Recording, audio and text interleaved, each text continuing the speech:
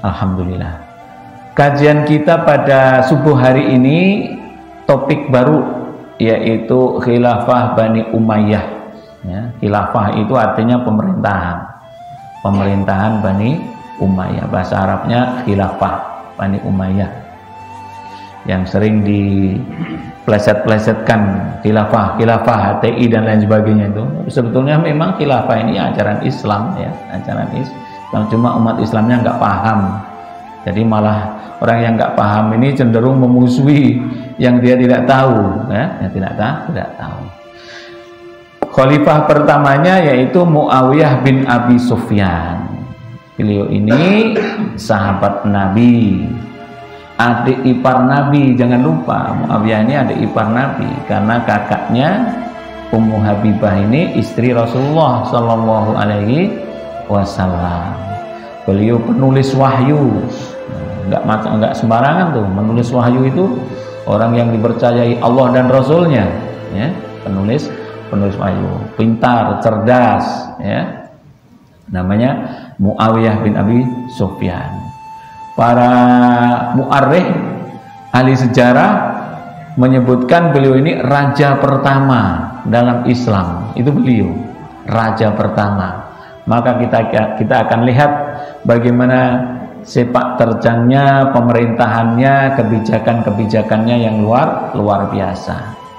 Jadi ini beliau cukup panjang ya kisahnya, mungkin tidak cukup sekali pertemuan, mungkin minimal 2 kali insyaallah. Kita mulai dengan hadis Rasulullah Sallallahu Alaihi Wasallam. Qala Rasulullah Sallallahu Alaihi Wasallam, khairun nasi qarni, summal ladina yalunahum, summal ladina yalunahum. Rawahul Bukhari wa Muslim. Sebaik-baik manusia, sebaik-baik zaman yang hidup di dalamnya manusia, qarni adalah zamanku, yaitu zaman Nabi Muhammad SAW. Itu zaman yang paling baik, karena ada Nabi Muhammad, ada permasalahan turun wahyu, Allah bimbing langsung melalui nabinya, zaman yang terbaik. Summal ladzina yalunahum, kemudian zaman setelahnya, yaitu zaman sahabat. Zaman sahabat Nabi dan sahabat, zaman yang paling baik, zaman sahabat yang bersambung dengan zaman tabi'in. Ini zaman yang kedua yang paling baik, karena kita lihat mereka itulah para sahabat sebagai penerus pengamal Al-Quran, pengamal As-Sunnah, paling dekat zamannya kepada Rasulullah, paling tahu, ingat betul nasihat-nasihatnya, ya. Setelah itu summal ladzina yalunahum, zaman setelahnya yaitu zaman tabi'in, tabi'in, yaitu mereka yang tidak melihat Nabi tapi melihat sahabatnya. Ini 3 zaman yang paling baik. Jadi sangat wajar sekali kita umat Islam untuk mengetahui zaman itu, ya. Karena itu zaman penuh dengan contoh, zaman penuh dengan ibrah, pengajaran, ya. Yang kalau kita mau memperbaiki sesuatu umat ini, ya lihat contoh yang dilakukan Nabi dan para sahabat. Dan sahabat Muawiyah ini hidup pada zaman yang baik, yaitu zaman Rasulullah dan zaman setelah Rasulullah Sallallahu Alaihi Wasallam. Nah, bagaimana asal usulnya khilafah Bani Umayyah itu? Yaitu kembali kepada nenek moyang beliau. Pertama dinisbatkan kepada Umayyah bin Abdul Syam bin Abdul Manaf. Jadi Nabi Muhammad ketemu dengan klan ini, ya, silsilah ini di Abdul Manaf, ya. Di Abdul Manaf ketemulah semua klannya Nabi Muhammad dan sebagainya. Salah seorang dari pemimpin kabilah Quraisy di zaman jahiliyah. Dia mempunyai banyak unsur yang menyebabkan dia pemimpin, ya. Jadi kalau orang-orang zaman dulu punya anak banyak, apalagi laki-laki gitu ya, itu bisa masa depannya cerah karena banyak yang bantu, banyak yang berjuang. Cukup berasal dari keluarga bangsawan, mempunyai cukup kekayaan dan 10 orang putra-putra yang terhormat. Jadi Umayyahnya hanya 10 laki-laki, ya, kuat-kuat.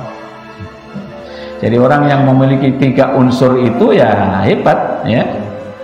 Ada kekayaan, keturunan, kemudian pendukung-pendukung. Baik. Lahirnya sahabat Muawiyah ya. Lahir 4 tahun menjelang Rasulullah memulai dakwahnya di kota Mekah ya. Jadi artinya beliau masih kecil ketika Islam lahir. Rasulullah dia ngajar Rasul, beliau umurnya baru 4 tahun. Jadi selisih 36 tahun. Ia lahir 2 tahun sebelum diutusnya Nabi Muhammad menjadi nabi. 2 tahun malah ini ya. Beliau masuk Islam pada zaman Fathu Makkah. Jadi selama itu dia ya memusuhi Allah dan Rasulnya bersama bapaknya Abu Sufyan. Namun Allah berkehendak orang-orang Quraisy mayoritas menjadi orang-orang yang Islam dan menjadi penyebar Islam. Nah ini Muawiyah lahir 2 tahun sebelum Nabi Muhammad. Keluarga Umayyah awalnya penentang dakwah Nabi yang sangat sengit. Jadi Bani Umayyah itu dulunya ya secara umum orang-orang kafir Quraisy itu dulu menentang Rasulullah SAW. Namun sedikit demi sedikit mereka menerima Islam, masuk Islam, ya, Namun yang namanya Bani Umayyah ini enggak masuk Islam juga, lama masuk Islamnya. Sampai Nabi Muhammad berdakwah 13 tahun, ya, 13 tahun di Mekah. Mereka Bani Umayyah ini masih di depan dalam memusuhi Rasulullah SAW. Nabi Muhammad hijrah ke Madinah, masih banyak peperangan dengan orang-orang Quraisy. Ada perang Badar, ada perang Uhud, perang Khandaq, dan perang-perang yang lain. Dan Bani Umayyah ini di depan di dalam memusuhi Rasulullah SAW. Termasuk bapaknya Muawiyah, yaitu Abu Sufyan. Padahal itu mertuanya Nabi. Abu Sufyan itu mertuanya Nabi. Tapi belum dapat hidayah. Jadi memang cobaannya Nabi Muhammad itu luar biasa ya. Mertuanya masih memusuhi, kaumnya memusuhi. Nah ini yang terjadi. Awalnya dia musuh Islam, namun dengan petunjuk Allah mereka menjadi pemeluk Islam, ya. Bani Umayyah menjadi pembela Islam, ya. Yaitu tepatnya pada 8 Hijriah, ya, bulan Ramadan. Nah, jangan lupa ini bulan Ramadan waktu itu, yaitu Fathu Mekah, bulan Ramadan, di mana orang-orang kafir Quraisy yang selama ini memusuhi Rasulullah SAW. Jadi berapa tahun tuh? Dari 10 tambah 8, 18 tahun, ya. Karena Nabi Muhammad berdakwah sembunyi-sembunyi kan 3 tahun. Mulai dakwah terang-terangan itu mereka memusuhi Nabi 10 tahun tambah 8 tahun. Jadi memusuhi dakwah Nabi 18 tahun, gak tanggung-tanggung ya. Lama sekali ya. Lama sekali. Namun akhirnya mereka tidak mampu menghadapi Nabi Muhammad dan umat Islam yang datang dengan 10.000. Akhirnya mereka masuk Islam berbondong-bondong karena sifat dan kemuliaan budi Rasulullah SAW. Di antaranya waktu itu Rasulullah mengatakan, siapa yang masuk rumah Abu Sufyan aman, siapa yang masuk rumahnya menutup pintunya aman, siapa yang masuk Masjidil Haram aman. Nah kalau mungkin yang menang tuh saya, dimusuhi 18 tahun, kayaknya dendam itu ya. Namun itulah jiwa dan rahmat Nabi Muhammad yang luar biasa. Mereka diampunkan, dimaafkan semuanya. Akhirnya mereka berbondong-bondong masuk Islam. Idza jaa nasrullahi wal fath wa ra'aitan nasa yadkhuluna fi dinillahi afwaja fasabbih bihamdi rabbika wastaghfirhu innahu kana tawwaba. Jadi sejak itu semua orang kafir Quraisy termasuk pemimpinnya Abu Sufyan masuk Islam, putranya Muawiyah pun semuanya masuk Islam. Bani Umayyah mulai memegang kekuasaan kapan nih? Jadi datanglah zaman Khulafaur Rasyidin, mereka terus berkhidmat di belakang Islam. Karena keislamannya ada di antara mereka yang dipercayakan untuk menduduki jabatan penting seperti Muawiyah bin Abi Sufyan. Jadi pada zaman Rasulullah, Muawiyah ini diangkat menjadi penulis wahyu. Jadi ketika masuk Islam, Abu Sufyan ini minta 3 permintaan kepada Rasulullah. Ya Rasulullah, jadikanlah aku kepala daerah supaya masih bisa memobilisasi rakyat untuk membela agama Allah ini. Membela agama Allah, membela Islam, membela engkau. Ya, Rasulullah mengiyakan.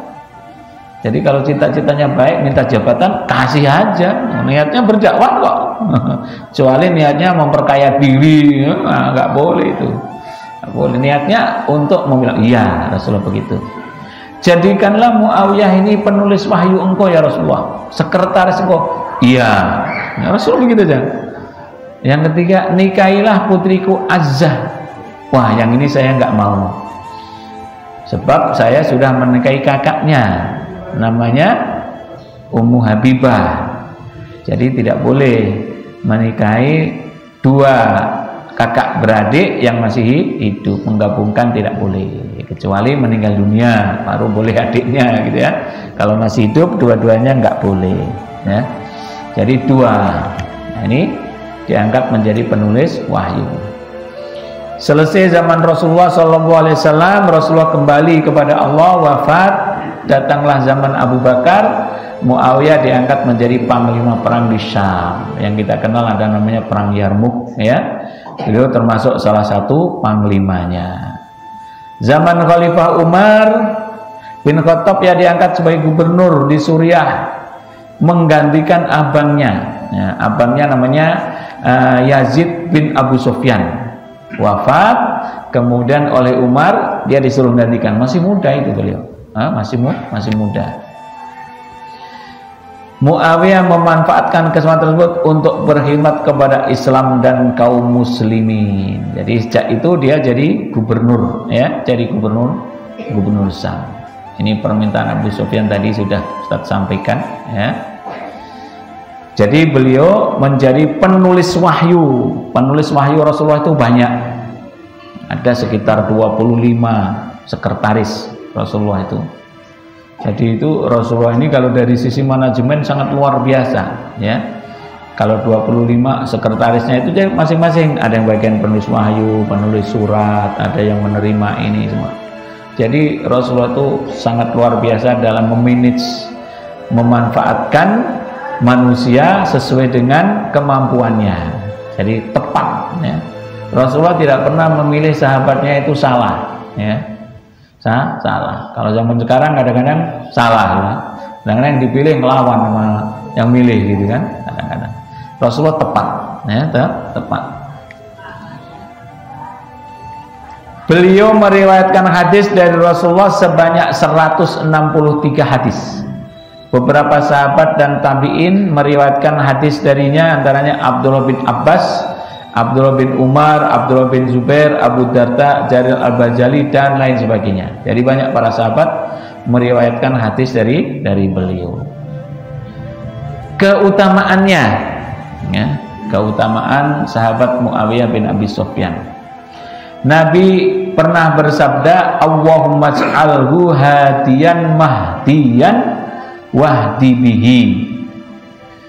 Ya Allah, jadikanlah dia Muawiyah hadiyan, orang yang membawa petunjuk, membimbing ya. Mahdiyan, yang senantiasa engkau tunjuki ya, membawa petunjuk dan ditunjuki oleh Allah Subhanahu wa ta'ala.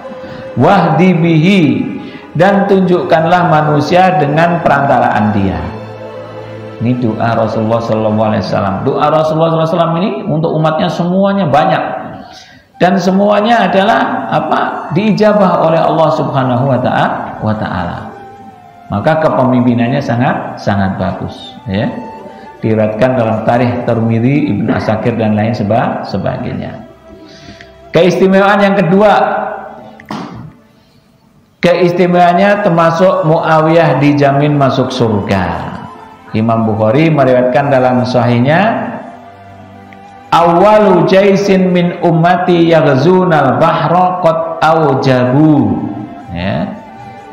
Tentara yang pertama kali berperang di lautan, marinir gitu ya, qad aujabu, wajib bagi mereka. Nah, para ahli hadis menafsirkan wajib di sini maksudnya wajib masuk surga. Jadi yang pertama kali jadi marinir perang di lautan itu wajib masuk surga. Dan Muawiyah bin Abi Sufyan bukan hanya ikut, tapi beliaulah penggagasnya. Beliaulah yang menyediakan kapal-kapal, membuat galangan kapal, dan dia ikut juga. Ya.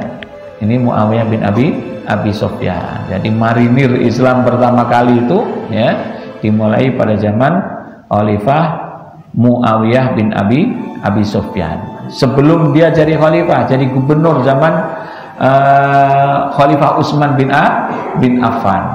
Nah, ini tidak main-main nih Khalifah Muawiyah. Nah, diantara keutamaannya lagi, Umar bin Khattab pernah berkata, tatkala mengangkatnya sebagai gubernur Syam, janganlah kalian menyebut Muawiyah kecuali dengan kebaikan. Ya. Dulu wilayah Syam ini wilayah yang terluas, wilayah banyak penduduknya, wilayah yang subur, ya, tempat peradaban. Dulunya itu dibagi dua wilayahnya, Palestina dan Syam, jadi dua pemerintahan. Pada zaman Khalifah Umar dijadikan satu. Nah, semuanya di bawah Muawiyah bin Abi Sufyan, pusatnya di Damaskus, ya. Jadi kekuasaannya sangat besar. Sahabat Ali sendiri pernah berkata sepulangnya dari perang Siffin, wahai manusia, janganlah kalian membenci kepemimpinan Muawiyah. Seandainya kalian kehilangan dia, niscaya kalian akan melihat kepala-kepala bergelantungan dari badan. Artinya apa? Banyak fitnah, banyak peperangan, banyak ketidakadilan. Ini pengakuan dari sahabat Umar dan Ali bin Abi Thalib. Bahkan Abdullah bin Umar pernah berkata, ayahku Umar lebih baik daripada Muawiyah, tetapi Muawiyah lebih pandai berpolitik darinya. Ini Muawiyah bin Abi Sufyan. Di antara pujian para sahabat, ya, Sa'ad bin Abi Waqqas radhiyallahu anhu, ya, sahabat as-sabiqunal awalun, ya, masih kerabat dengan Rasulullah, jenderal besar. Tidak pernah saya melihat seorang yang lebih pandai memutuskan hukum setelah Sayyidina Utsman daripada tuan pintu ini. Maksudnya Muawiyah, ya, Muawiyah. Jumlah hadis yang diriwayatkan beliau, ya, Imam Az-Zahabi mengatakan bahwa hadis-hadis yang diriwayatkan Muawiyah ada 163 hadis dalam Musnad Baihaqi, ya. Jadi banyak, 163. Ya. Hadisnya yang disepakati Imam Bukhari dan Imam Muslim sebanyak 4. Diriwayatkan oleh Imam Bukhari 4, Imam Muslim ada 5. Ini hadis-hadisnya. Nah, ini diantara doa-doa dulu dari Rasulullah SAW. Ini maksudnya, ya, ya Allah, ajarilah Muawiyah Al-Quran dan hisab, serta lindungilah dia dari azab. Ini Muawiyah pernah berkata, sejak Rasulullah bersabda kepada saya, wahai Muawiyah, jika kamu menjadi raja maka berbuat baiklah. Maka saya selalu menginginkan jabatan kekhilafahan. Ya. Beliau seorang sahabat yang ahli fikih, ahli hadis, ya. Bahkan dia pernah sholat 1 rakaat witir. Jadi orang yang nggak tahu dia laporkan kepada Ibnu Abbas. Ya, Ibnu Abbas ini Muawiyah sholat 1 rakaat katanya. Diamkan saja, dia itu faqih, dia itu tahu ilmunya. Ya, ini adalah diantara dalil sholat witir. Ya, dan ini diriwayatkan Imam Bukhari. Ya, jadi sholat witir paling sedikit 1 rakaat. Ya, ganjil pokoknya ya. Nanti kita banyak lakukan ketika bulan Ramadan, insyaallah. Ya, sholat witir. Dalilnya dari Muawiyah. Hadis Bukhari. Ini raja pertama dalam Islam yang paling baik, ya, Ini pendapatnya Ibnu Taimiyah, seorang ulama abad ke-7 yang luar biasa, banyak karangannya, ada Majmu'ul Fatawa, situ banyak sekali fatwa-fatwa beliau. Para ulama sepakat bahwa Muawiyah adalah raja terbaik dalam Islam, karena 4 pemimpin sebelumnya Khulafaur Rasyidin, adapun dia adalah awal raja dan kepemimpinannya adalah rahmat. Majmu'ul Fatawa. Jadi raja pertama. Kita ingin lihat apa yang dilakukan, sangat luar biasa.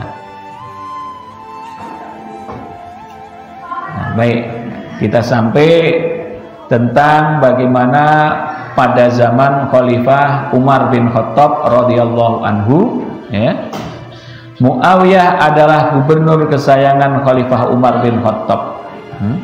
Waktu dia diangkat jadi gubernur, umurnya masih muda, mungkin sekitar 40 tahun ya. 40 tahun. Sementara banyak sahabat yang senior, yang 50, yang 60 tahun. Ketika ditanya, kenapa anak muda itu dijadikan gubernur? Karena dia capable, dia mampu, ya, tegas, bisa mengatur dengan baik. Umar menggabungkan seluruh wilayah Syam pada kekuasaan Muawiyah karena ia menilainya kompeten menjalankan tugas, kuat menjaga pertahanan dan bertanggung jawab, ya. Karena gubernur di sini harus hebat. Masih karena apa? Menghadapi kemarahan Romawi yang wilayahnya ini dirampasin semua oleh umat Islam, misalnya dibebaskan. Romawi kan sebelahnya aja. Jadi perlu gubernur yang berani, hebat, tegas, pintar, jenius, ya, untuk mempertahankan wilayah-wilayah tersebut dari diserang balik oleh orang-orang Romawi. Ini sama luas nih. Kalau rakyatnya jauh lebih banyak daripada rakyat Jazirah Arabia, pusat peradaban sejak dari dulu, ya. Nah, ini bentuk kecerdasan Muawiyah bin Abi Sufyan. Ada sebuah dialog, ya. Ketika Umar bin Khattab radhiyallahu anhu sampai di Syam, jadi Umar bin Khattab ini ada mengadakan satu agenda, salah satunya diantaranya adalah turun ke wilayah-wilayah untuk mengetahui langsung keadaan rakyatnya di sana. Dan yang waktu itu yang ditanya pertama adalah gubernurnya. Jadi gubernur ditaruh di masjid, kemudian rakyat suruh datang, ayo tanyakan bagaimana gubernur yang saya angkat ini menurut kamu, dolim atau tidak, adil atau tidak, baik atau tidak, begitu. Nah, itu diantaranya yang dilakukan Umar. Datang ke Syam, Muawiyah menyambutnya dalam konvoi yang sangat besar. Setelah mendekat, Umar bertanya, apakah engkau yang memimpin konvoi ini? Maksudnya dilakukan kayak seperti sekarang, ya, presiden datang disambut, ya, dengan difail tentara kanan kiri begitu kan. Nah, itu dilakukan oleh Muawiyah bin Abi Sufyan, di mana itu belum pernah dilakukan oleh para sahabat. Ini mau berlebih-lebihan, ini sombong kalau bahasa kita begitu. Datang-datang sajalah, nggak perlu disambut-sambut kayak seperti itu. Kurang lebihnya seperti itu, ya. Kata beliau, iya wahai Amirul Mukminin, benarkah ini kau lakukan setiap kali ada orang asing berdiri di depan pintumu? Maksudnya pejabat-pejabat negara, ya.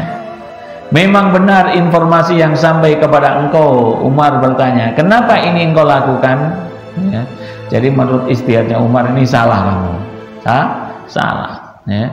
Aku benar-benar berniat memerintahkanmu untuk berjalan kaki sampai ke Hijaz. Jadi ingin disanksi dia, karena melakukan sesuatu, kalau bahasa kita bid'ah lah begitu ya, bid'ah ini kamu, nggak ada dulu Nabi, Abu Bakar, saya sendiri, tamu mau disambut, ya. Jadi kalau mau ketemu orang asing, ketemu ya udah biasa aja, kayak dulu Umar bin Khattab di di Madinah, ya, ada utusan-utusan besar dari Persia yang kala itu pengen ketemu Umar, bingung dia mana istananya gitu ya. Oh itu dia ada di masjid itu istananya, mana orangnya? Di situ ada orang tiduran. Karena terjadi bising begitu kan, bangun dia, kaget, ada apa ini? Nah itulah Khalifah Umar, kaget dia, ya. Jadi nggak ada sambutan apa-apa, ketemu yang ngobrol. Nah ini Muawiyah nih. Jawaban Muawiyah, Wahai Amirul Mukminin, aku berada di wilayah yang dihuni banyak mata-mata musuh. Karena itulah aku harus memperlihatkan kebesaran penguasa, juga keagungan Islam dan umat Islam, agar mereka gentar. Jika engkau memerintahkanku, maka akan aku laksanakan. Jika engkau melarangku, maka akan aku hentikan. Ya.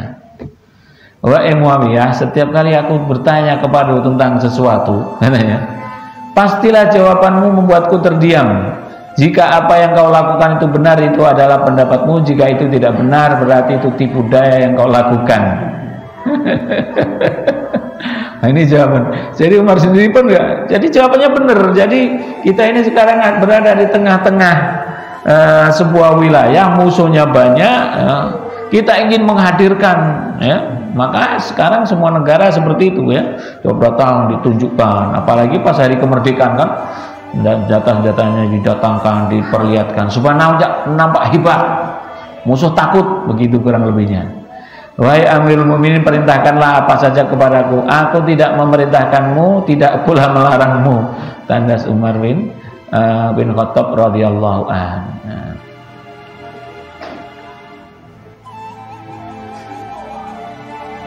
Nah, ini kapan beliau menjadi khalifah nih? Nah, kapan beliau menjadi khalifah? Kan kita ingat kalau kita kembali zaman 5 tahun yang lalu begitu ya, yaitu ketika terjadi friksi yang namanya perang Siffin antara Muawiyah dan Ali bin Abi Thalib. Muawiyah bin Abi Thalib ini Muawiyah bin Abi Sufyan memerintah di Syam, Ali bin Abi Thalib memerintah di Irak, kan begitu ya, cara tidak langsung memang sudah terpecah wilayah waktu itu. Nah, tadi Ali bin Abi Thalib wafat. Ya, tadi ada sepintas tadi slide-nya, beliau wafat, bahkan beliau menangis. Nih, kalau kita ini. Jadi ketika Ali bin Abi Thalib wafat itu beliau menangis. Ya. Setelah perdamaian tidak ada lagi peperangan antara Syam dan Irak, Muawiyah tetap tidak membayat Ali dan Ali pun tetap tidak menghukum para pembunuh Utsman, dan konflik pun bergeser antara Khalifah Ali dengan kaum Khawarij. Jadi selama 5 tahun tidak ada peperangan antara Ali dan Muawiyah, tapi sahabat Ali disibukkan dengan orang-orang Khawarij. Kemudian terdengarlah sampai beritanya Ali bin Abi Thalib itu wafat.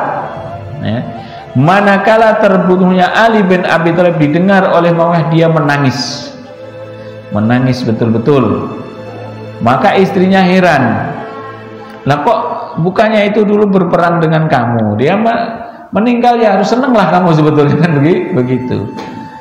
Oh, kamu tidak tahu, celaka dirimu, sesungguhnya kamu tidak mengetahui berapa banyak manusia kehilangan keutamaan fikih dan ilmu-ilmu yang lain. Jadi bersedih dengan wafatnya Ali bin Abi Thalib yang dibunuh oleh Abdurrahman bin Muljam.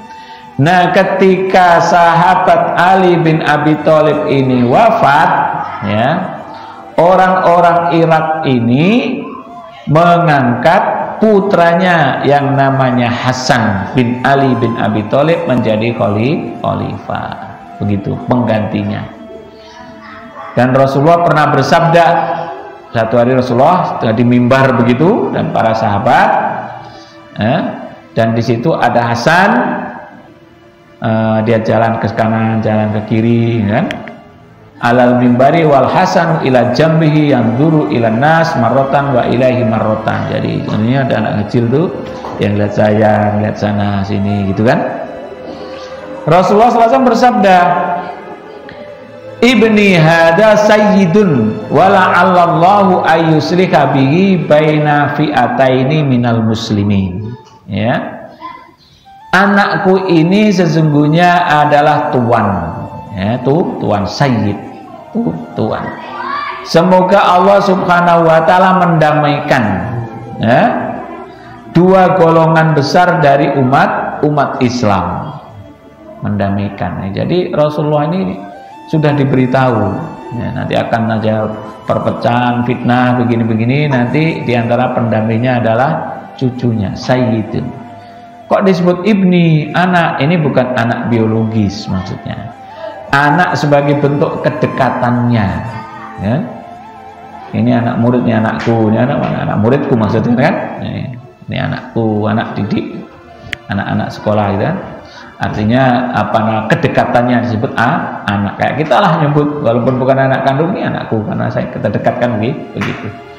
Nah, jadi Hasan ini suatu saat akan menjadi pendamai dua pertikaian besar umat Islam. Nah, kan blok itu masih dua, bloknya Ali bin Abi Thalib dan bloknya Muawiyah bin Abi Sufyan. Apalagi Ali bin Abi Thalib wafat, kemudian Hasan diangkat menjadi pemimpin. Kan masih blok, walaupun dia, kalau bahasa kita ya kayak perang dingin lah, masih ada perang dingin gitu ya, perang dingin.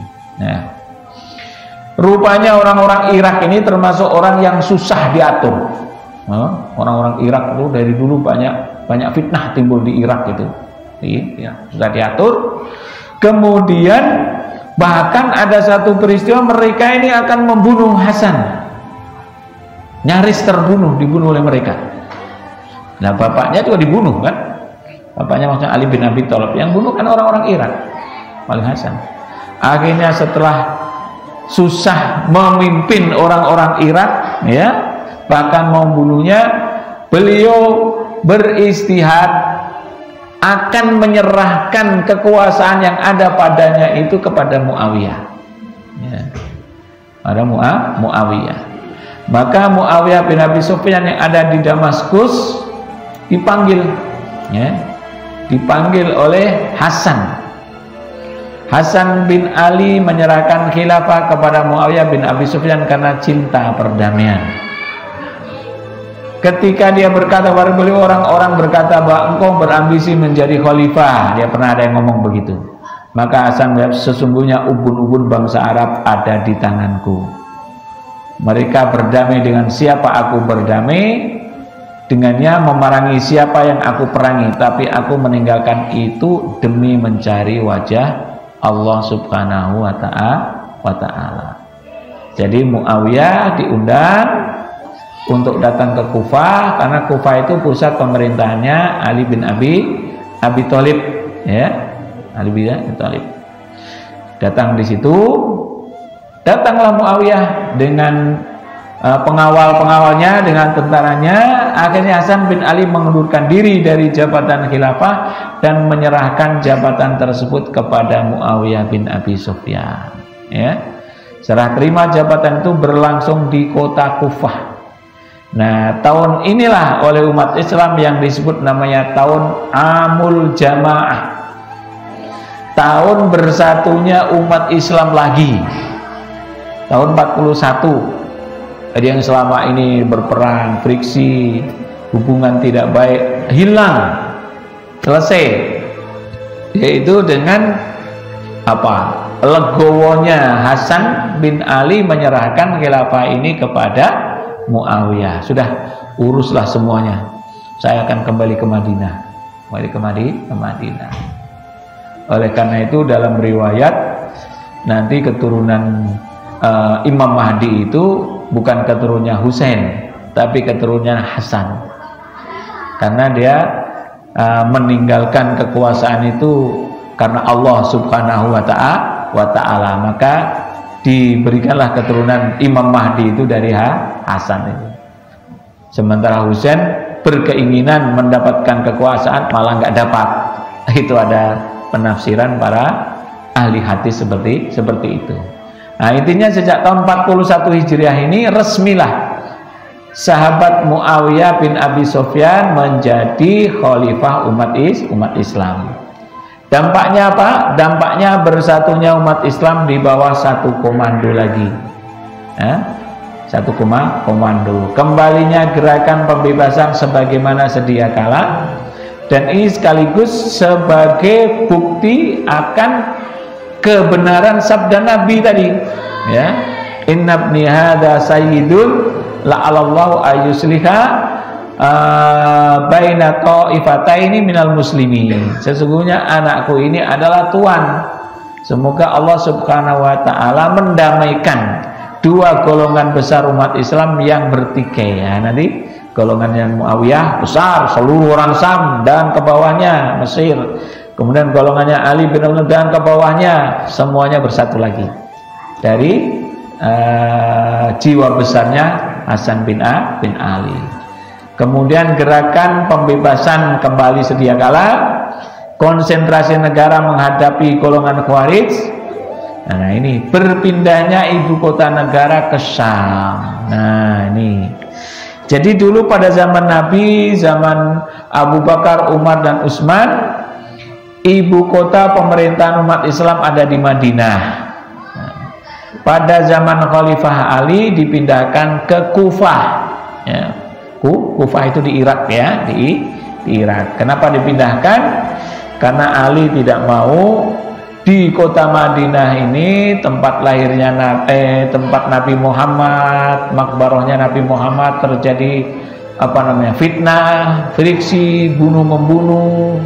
Jadi dia ingin menjadikan Madinah ini kota yang aman, tentram, tidak ada fitnah. Maka dipindahkanlah ke Kufah.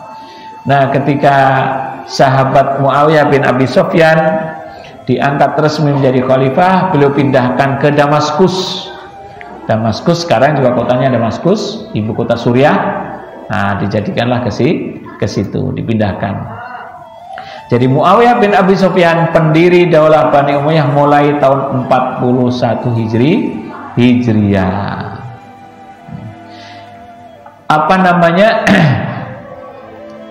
Apa yang melatar belakangi Muawiyah menjadikan Damaskus ini sebagai ibu kotanya? Nah, ini kali ini Damaskus. Karena dalam perkembangan zaman, Damaskus ini menjadi tengah-tengah dunia Islam. Ya, kalau dulu kan umat Islamnya di Jazirah Arabia, tengah-tengahnya di Madinah. Sekarang sudah melebar ke atas, ke kanan, ke kiri, ke timur, ke barat. Jadi Damaskus jadi tengah-tengah. Ya, kota yang paling cocok terletak di tengah-tengah dan sangat subur. Pusat peradaban yang belum dipunyai oleh kota selainnya. Muawiyah ini yang paling penting. Beliau berhujah bahwa orang-orang Syam selalu mendapatkan pertolongan. Ahlul Gharbi akan selalu mendapatkan kemenangan di atas kebenaran. Dan para sahabat waktu itu melihat hadis ini, Ahlul Gharbi adalah Syam. Dan memang pusat pemerintahan umat Islam itu sampai akhir zaman nanti adanya di Syam, ya, di Syam. Bahkan khilafah terakhir sebelum datangnya hari kiamat ini nanti ibu kotanya di mana? Di Palestina. Ibu kotanya Palestina. Ibu kota terakhir belum datangnya hari kiamat di Palestina. Ada hadisnya, ya. Sampai hari ini belum pernah Palestina jadi ibu kota dunia Islam. Padahal kanan kirinya sudah sering, ya. Sudah Madinah, sudah Kufah pernah, Damaskus, Baghdad, Mesir, Turki, Istanbul, tapi Palestina belum pernah. Jadi sabda Nabi ini benar. Sabda Nabi ini benar, bukan salah. Nanti kalau khilafah sudah berpusat di Palestina itu sudah dekat. Ya, pada zaman Imam Mahdi dalam riwayatnya begitu nanti. Nah, kalau kita lihat dari kalau sampai ke zaman tengah-tengah, mau ke India, mau ke Romawi dan mau ke Afrika, jadi Damaskus itu tengah-tengah. Setelah beliau menjadi khalifah, ya, bagaimana beliau mempunyai politik luar negeri, khususnya di sini Romawi Timur, ya, Romawi Timur. Ketika Bizantium mengerahkan tentaranya untuk memperluas jajahannya, ia tiba di beberapa daerah kekuasaan Muawiyah. Untuk mengusir tentara Bizantium itu mengerahkan, ya, Muawiyah mengerahkan 1.700 kapal perang kecil yang mampu menghalau pasukan musuh dengan tidak mengenal lelah. Kaum muslimin menaklukkan Pulau Siprus dan Rhodes di Laut Tengah. Jadi pertama menghadapi peperangan yang dilancarkan orang-orang Romawi yang begitu marah, dendam, ya, jajahannya semuanya dibebaskan umat Islam, ya. Namun Muawiyah tidak tinggal diam dan menyambut mereka dengan 1.700 kapal perang. Nah, ini yang dilakukan Muawiyah. Ini politik luar negerinya khususnya terhadap Bizantium, ibu kotanya Konstantinopel, ya. Kemudian metode pemerintahan Muawiyah bin Abi Sufyan. Nah, ini beberapa metode. Pertama, memperlakukan sebaik-baiknya semua tokoh sahabat senior beserta putra-putri mereka, terutama Bani Hashim. Karena di antara mereka ada yang merasa lebih utama dan lebih pantas daripada Muawiyah untuk menjadi khalifah. Maka dengan kecerdasannya Muawiyah segera meredam rasa sentimen mereka satu persatu. Jadi ini luar biasa, ya. Jadi memperlakukan sebaik-baiknya semua tokoh sahabat senior. Ini memang politisi harus begitu, ya.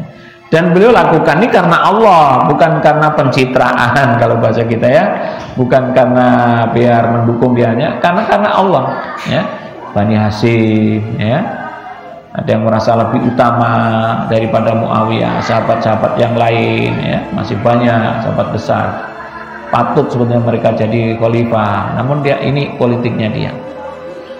Kalau kadang-kadang kan kalau kita lihat di berbagai negara gitu, ya, bukan di negeri kita aja, ya. Kalau menang kan oposisinya terus bagaimana digencet, kalau perlu masih ngelawan di penjara, ya. Kalau perlu dihilangin begitu kan, di mana-mana negara begitu banyak. Oposisinya jarang dirangkul. Termasuk yang pintar merangkul oposisi itu dulu ya Erdogan, itu termasuk pintarnya. Dirangkul oposisinya, diajak membangun negara bersama, ya. Muawiyah begitu dilakukan, sehingga tidak ada permusuhan. Dengan keramahannya ia memanggil mereka yang melarikan diri, dengan kepandaiannya ia menahan amarah, meluruskan kebengkekan mereka sehingga dekat di hati dan jiwa mereka.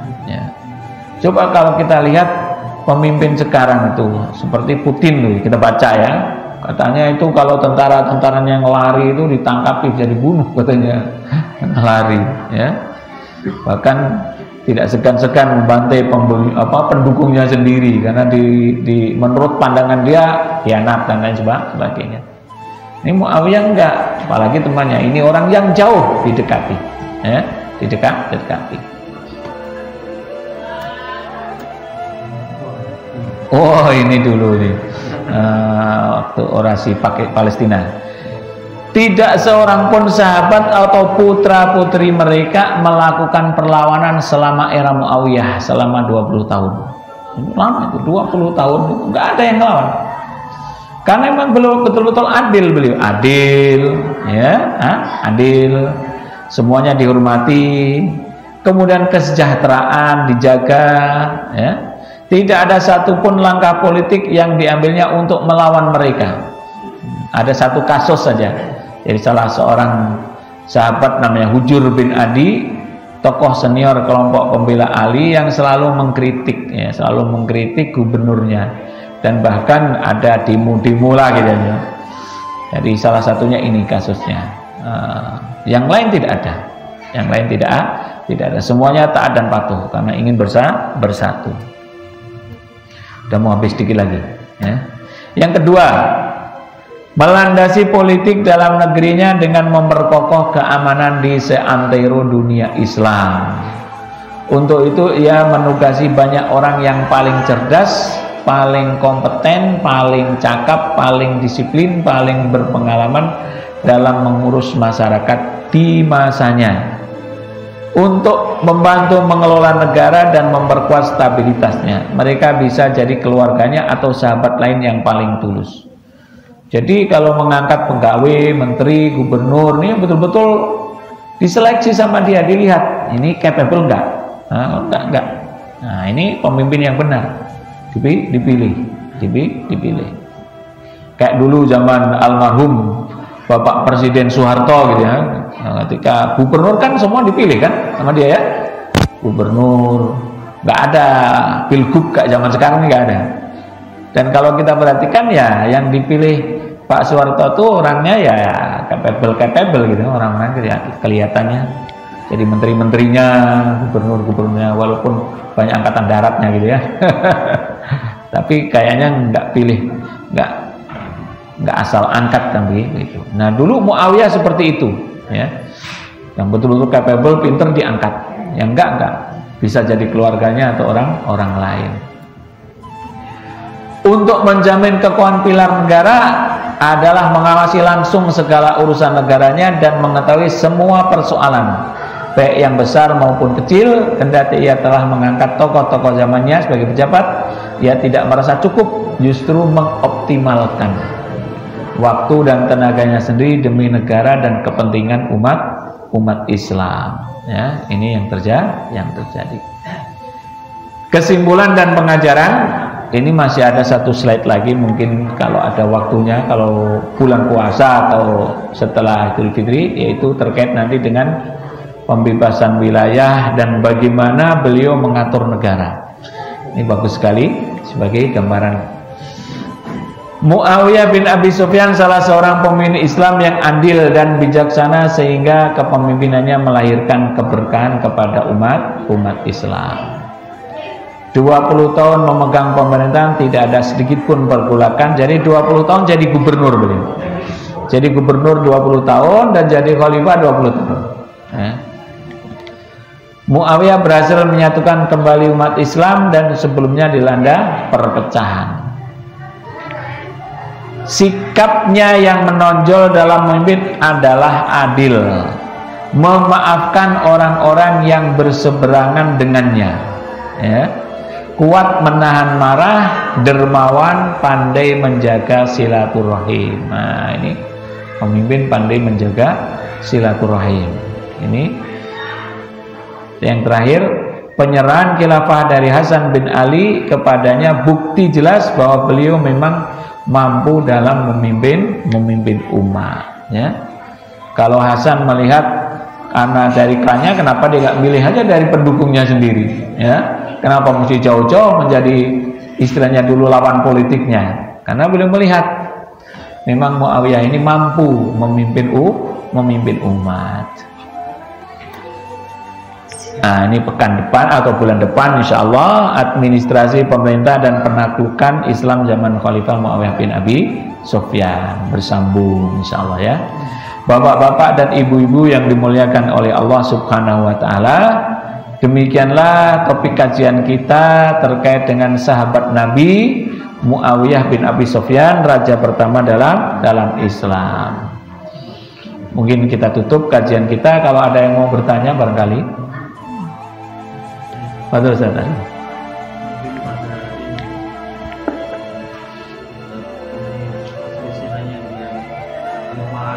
Ya. Penyebabnya adalah dibunuhnya Khalifah Utsman bin Affan secara zalim. Nah, kemudian ringkas ceritanya penduduk Madinah ini mengangkat Khalifah Ali menjadi khalifah. Karena hal sebelumnya ada lima hari itu vakum pemerintahan. Sahabat-sahabat tuh nggak mau diangkat. Ini bagaimana ceritanya, dibunuh. Jangan-jangan ada kong kali kong. Karena yang mendukung penuh ini adalah para pembunuh itu. Nah, baik, sekarang boleh jadi khalifah intinya, ya. Nah, ini ada tuntutan dari Muawiyah bin Abi Sufyan supaya dihukum itu para pembunuhnya. Para pembunuhnya dihukum atau serahkan kepada kami. Serahkan kepada kami. Nah, Ali bin Abi Thalib belum mampu melakukannya. Dia perlu soliditas internal yang susah karena pembunuh itu udah bercampur baur, ada sampai 2.500-an orang. Dan mereka aklamasi kita ini yang berdosa bersalah begitu. Jadi ada orang yang baik yang terbawa. Sementara umat Islam waktu itu banyak yang di luar pergi musim haji, ya, pergi musim haji. Nah, kebijakan pertama di antara yang dilakukan Ali bin Abi Thalib adalah menghentikan atau memberhentikan para gubernur zamannya Muawiyah, zamannya Utsman bin Affan. Yang lain oke, selesai. Gubernur Mesir, gubernur Basra, Irak, Yaman semua diberhentikan, termasuk gubernur Syam Muawiyah juga harus berhenti. Nah, gubernur Syam ini Muawiyah bin Abi Sufyan tidak mau lengser sebelum pembunuh Utsman ini diadili, karena saya gubernurnya, saya walinya, saya berhak menuntut. Kalau itu belum dihakimi atau diserahkan kepada kami, maka kami tidak mau lengser, istilahnya begitu. Nah, ada orang yang kedua ini, yaitu orang-orang munafik, ya, orang-orang munafik yang selalu memprovokasi. Karena orang munafik ini termasuk yang paling tidak suka dengan Muawiyah. Tahu nggak sebabnya? Sebab Muawiyah ini yang getol menuntut para pembunuh.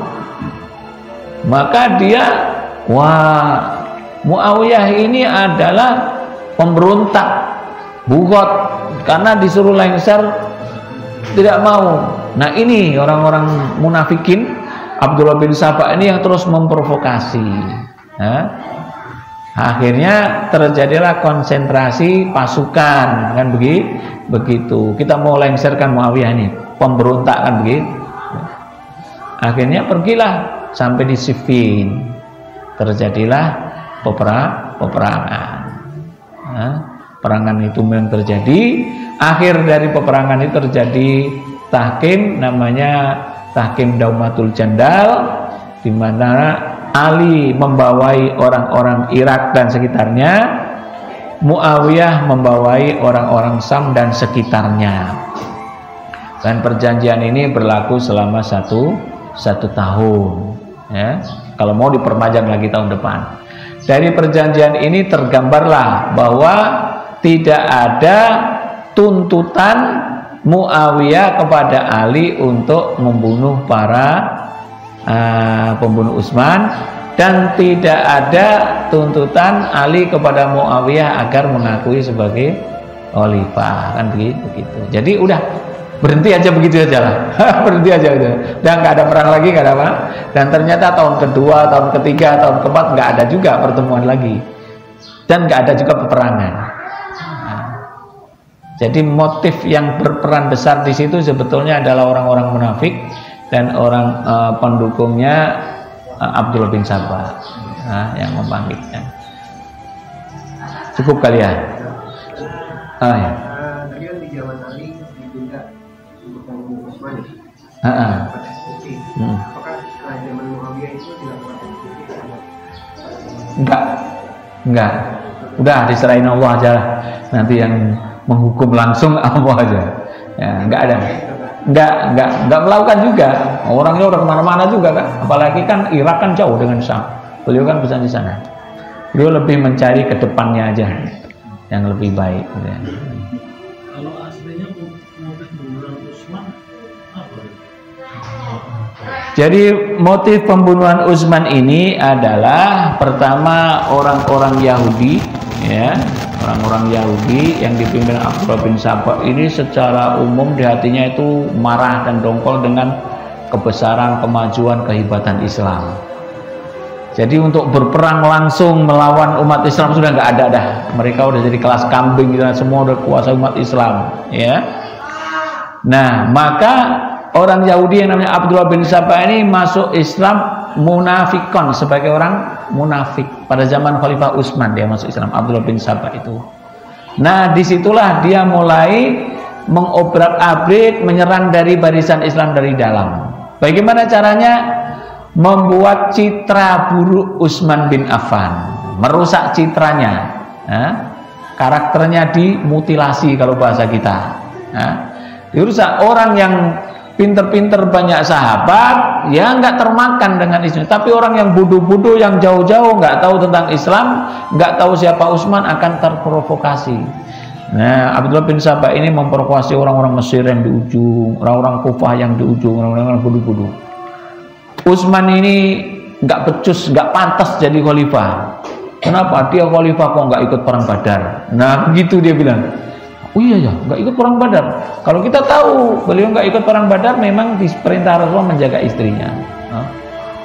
Utsman itu nggak bagus, dia nepotisme, dia keluarganya aja yang diangkat. Padahal hanya beberapa orang yang diangkat, dan itu dulu sudah diangkat pada zaman Abu Bakar, zaman Nabi, bahkan zaman Umar. Hanya meneruskan saja. Jadi banyak sekali dia banyak memberikan sedekah kepada keluarga-keluarganya. Jangan-jangan harta Baitul Mal tuh. Nah, begitu terus dicari kesalahan-kesalahan dan itu tidak ada. Dan itu tidak ada. Utsman itu udah kaya. Jangankan jadi khalifah, dari Mekah dulu itu memang orang kaya. Dan Utsman itu banyak keluarganya. Banyak kabilahnya jauh lebih besar. Maka keluarga yang besar itu yang ada miskin, ada yang dia itu wa atidal qurba haqqahu wal miskin. Justru beliau itu mengamalkan firman Allah dan berikanlah kepada dzal qurba, yang dekat. Jadi antum-antum bapak-bapak ini kalau infak itu yang dekat-dekat dulu. Paman, adik, keponakan, keluarga itu dulu. Jangan yang jauh-jauh, dekat-dekat dulu. Perintah Allah, dzal qurba. Sebab kalau kita infak ke yang orang dekat itu pahalanya dua. Pertama pahala infak dan pahala silaturahim. Tapi kalau orang yang lain, orang jauh-jauh, ya itu dapat pahala infak saja, silaturahimnya enggak. Kita ngasih orang miskin di pinggir jalan tuh ada nggak silaturahim dia datang kita? Enggak ada. Tapi kalau kita ngasih ke adik kita, keponakan kita, paman kita, ketemu lagi mudik-mudik ini kan, nah itu dapat pahala lagi. Nah itu semua Utsman bin Affan sudah membetulkan nih investigasi, dia nggak ada semuanya. Nah, memang dasarnya dia ini membenci, ingin menjatuhkan. Nah makanya sebenarnya bulan yang lalu kita sudah ceritakan ya, kayaknya belum hadir itu. Intinya orang-orang munafik dan orang-orang Yahudi yang tidak suka dengan kekuasaan Islam, dia ingin mengobrak-abrik, merusak Islam, itulah ya. Cukup kali ya. Bismillahirrahmanirrahim. Alhamdulillahirabbil alamin, hamdan fi ni'amahu wa yukafi mazidah. Ya Rabbana lakal hamdu kama yanbaghi li jalali wajhikal karimi wa 'azimi sultanik wa maghfir lana dzunubana wa khatayana kullaha. Allahumma ighfir lil mu'minina wal mu'minat wal muslimina wal muslimat al ahya'i minhum wal amwat. Allahumma barik lana fi Rajab wa Sya'ban wa ballighna Ramadan. Allahumma a'inna ala dzikrika wa syukrika wa husni ibadatik. Allahumma inna abiduk banu abidik banu imaik nawasina biyadik madin fina hukmuk adlun fina qada'uk. Nas'aluka Allahumma bi kulli ismin huwa lak sammaita bihi nafsak aw anzaltahu fi kitabik aw 'allamtahu ahadan min khalqik aw ista'sarta bihi fil ilmil ghaibi indak antaj al-Qur'an al-azima rabi'a qulubina wa nura sudurina wa jalaa ahzanina wa dhahaba humumina wa humumina wa qa'iduna ila ridwanik wa ila jannatika jannatin na'im. Subhana rabbika rabbil izzati amma yasifun wa salamun alal mursalin walhamdulillahi rabbil alamin. Al-Fatihah. A'udzu billahi minasyaitonir rajim. Bismillahirrahmanirrahim. Alhamdulillahi rabbil alamin. Ar-Rahman